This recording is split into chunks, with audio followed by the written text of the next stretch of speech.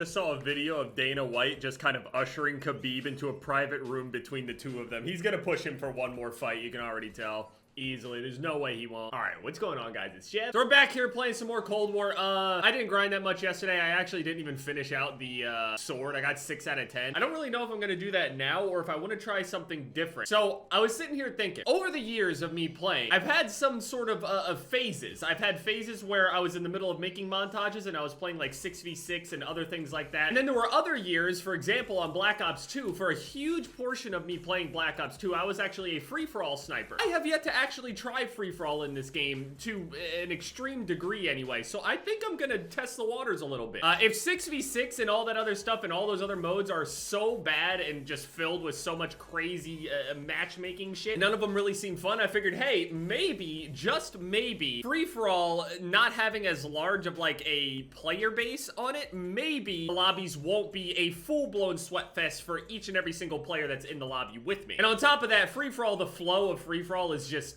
I feel like Black Ops Cold War, obviously its maps are way better than Modern Warfare's, for example. It sounds like I'm hating, but I mean, like, these maps actually make sense. You can kind of predict and understand where people are gonna go and come from. Whereas in Modern Warfare, you know how the radar was and the way that people played and people sat around and you weren't really able to move around. Okay, yeah, there's a lot of pressure. People keep pressing like crazy on these sides of the map. Especially when you got this flashlight as well. I think in free-for-all, this is gonna be actually pretty good.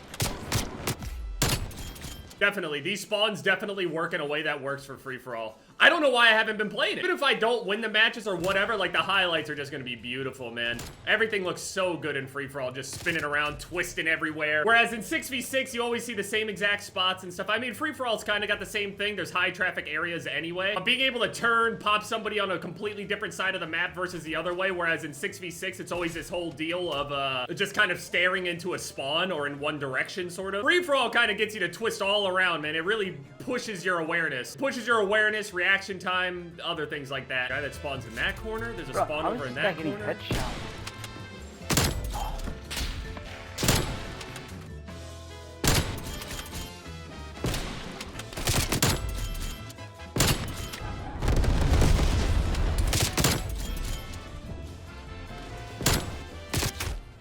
I can't even hear him at all, man. People really do just crank their headsets up to 1,000, dude. I have my headset turned like half muted half of the time. Got my jammer. Maybe another one here. Where he's gonna spin around over here.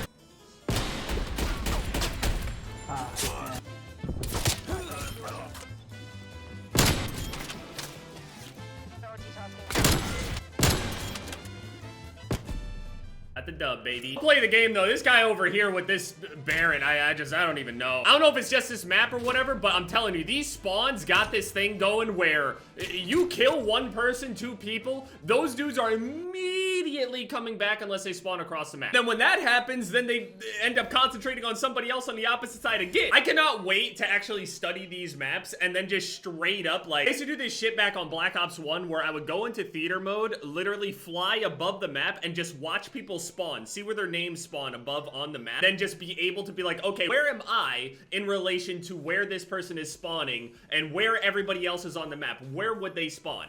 I have a pretty good idea of it anyway, but obviously I haven't studied free-for-all spawns, so it's really fun to be able to, like, when you get a kill, to be able to just be ready for the next person at all times, just waiting. Kind of miss that feeling of, it sounds super corny and super, like, anime shit, but you hit somebody and you are not going to miss your next shots. You're just not going to. It's a good feeling in the other modes, don't get me wrong, but that feeling in free-for-all is unmatched. It's beautiful. So should we do Pellington or should we do... I'm gonna try LW3 Tiger Team Barrel. I'll also be able to kind of adjust everything, you know, according to free-for-all if, you know, people like watching it anyway. If I enjoy playing it, I'm gonna play it regardless. I really don't give a shit. If this is a lot more relaxed and just not as, like, annoying.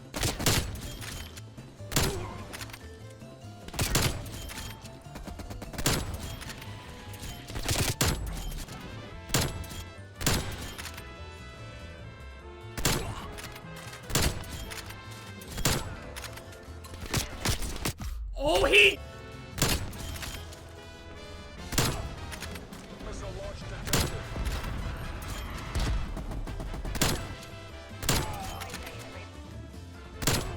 Like, there's good players in here. There's like 2 other players in here that definitely will kill me if I don't land my shots. I feel bad for that guy. I keep spawn killing him.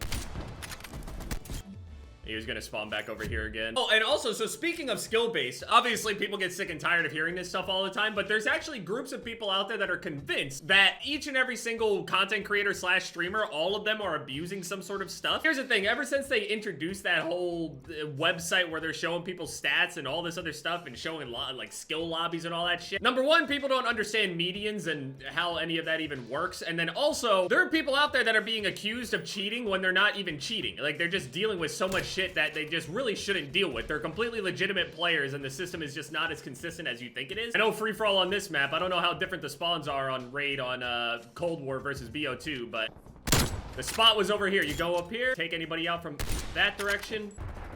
Someone's coming. Got him. Someone's behind me. Got him. Basketball court. Never mind, bar. He did spawn there though. See, I spawned right back behind this again. Right around the corner. Got him. Oh, shit.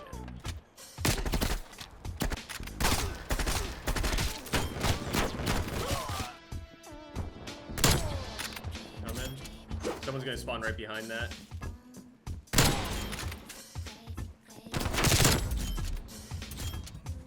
Air patrol available for tasking.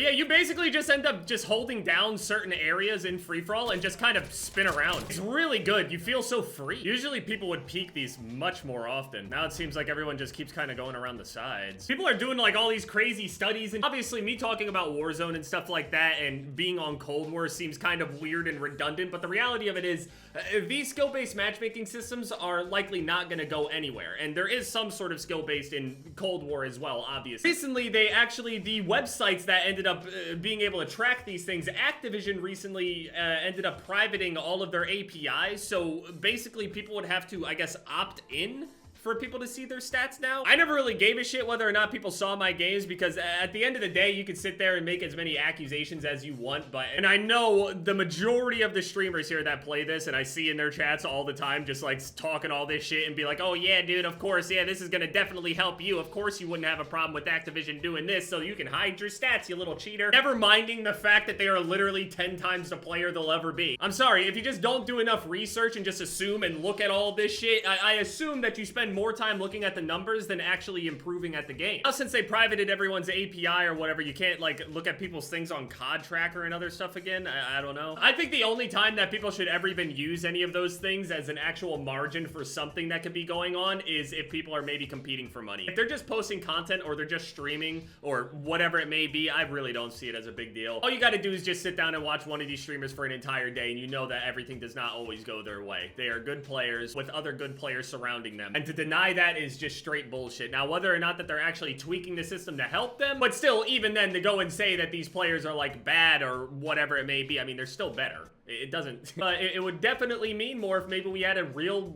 rank to show for anything, but instead we just have levels. It would be pretty sick if they would implement that entire system of like, oh look, I'm diamond, you're gold, you're silver. Like, it's cool to think of it like that, but there are just some people I would simply avoid in the middle of free-for-all on Black Ops 2, MW2, whatever, just because I know how good they are. And it's like, yeah, I'll have some games where I'm trading back and forth with them and stuff, but it's not fun to play like that all the time. It's really not. It's nice that I had the choice then, anyway. Given now I have the choice, but now instead of just finding a different lobby, I just don't play.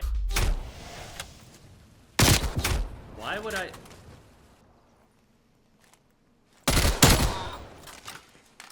Okay, yeah, I'll see you guys later.